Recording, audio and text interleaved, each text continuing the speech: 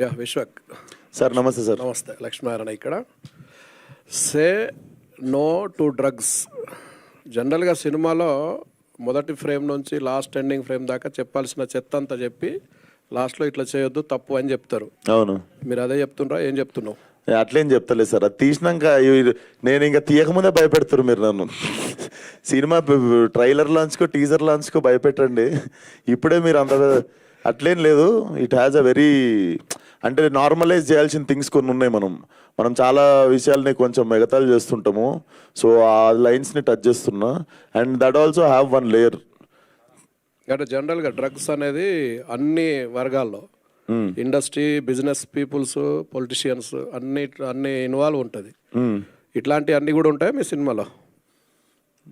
ఇప్పుడు కథ చెప్పించుకునేటట్టు మీరు మెల్ల కదిలిచ్చి, బట్ వెయిట్ చేయండి సార్, మీకు కూడా థ్రిల్గా ఉంటుంది. ఏముంటుందో చూడరు, దాన్ని ఎనాలిసిస్ చేయరు అసలు ఏముండొచ్చు, ఎందుకు పెట్టుకోండి పంచాయతీ అని. డెఫినెట్లీ నాకు తెలిసి అయితే నేను ఒక మంచి పాయింట్ చెప్పబోతున్నా. కల్ట్ అని టైటిల్ ఎందుకు పెట్టా అంటే కల్ట్ అనే టైటిల్ కొన్నటువంటి వెయిట్ మనకు తెలుసు. అవును సార్, అప్పుడు హిట్ అని పెట్టుకున్నా కదా సార్. ఈసారి ఆ హిట్ నుండి వచ్చిన ఐడియానే కల్ట్.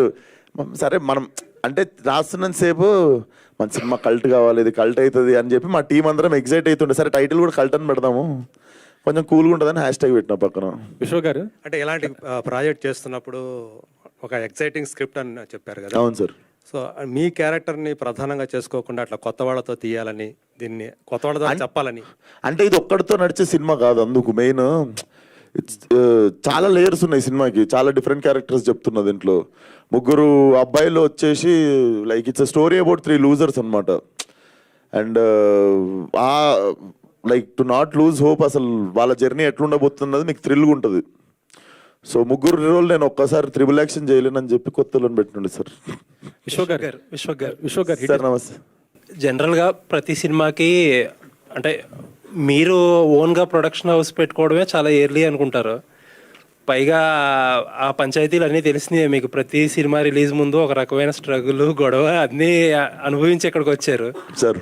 అలాంటిది జనరల్గా చాలు అనుకోవాలి కదా, ఇంకొక సినిమాకి చేయడానికి ఇప్పుడే టూ ఎర్లీగా కాదు. ఇది ఓన్గా వేరే వాళ్ళతో పెట్టి, కొత్త వాళ్ళతో పెట్టి చెప్తున్నా సార్. నాకు తెలుసు ప్రశాంతంగా ఉంటుంది, ఉత్తే యాక్టింగ్ చేసుకొని ఇంటికి పోయి పండుకొని లేచి మళ్ళీ షూటింగ్కి పోవచ్చు పొద్దున్న లేచి. కానీ ఇదేందో నాకు తెలియదు, చాలా ఇష్టం ఇది, ఇట్లాంటి పనులు చేసిండు నాకు. నేను స్కూల్ ఉన్నప్పుడు కూడా నేను సోనీ చిన్న డివిడీలు ఉంటుండే కదా, సోనీ కెమెరాలో చిన్న హ్యాండ్ క్యామ్ వస్తుండే డివిడీలు. నేను అది మా డాడీ వాళ్ళ ఫ్రెండ్ కొనుక్కుంటే కూడా నేను 6th క్లాస్లో కూడా షార్ట్ ఫిల్మ్లు తీసిన. అప్పుడు ట్రాక్ అండ్ ట్రాల్ ఈ షార్ట్లో లేకపోతే మనం చిన్నకున్నప్పుడు సైకిల్ ఉంటుంది కదా, సైకిల్ వెనక సీట్కి హ్యాండ్ క్యామ్ పెట్టి నేను ఇట్లా ట్రాక్ షాట్, హ్యాండిల్ కట్టేసి ఛార్జింగ్ షాట్లు తీస్తుండే. సో అదంతా ఎందుకో తెలియదు కానీ, అంటే అవన్నీ బాగా రాకపోతుండే, డెలిట్ చేసేస్తుండే దాని తర్వాత. కానీ ట్రయల్ అండ్ ఎర్రర్ మెథడ్ నాకు ఎందుకో ఇప్పుడు దీన్ని మంచిగా లాంచ్ చేయొచ్చు అనిపించింది. అండ్ చాలా ఎగ్జైటింగ్ ఉంది కొంచెం.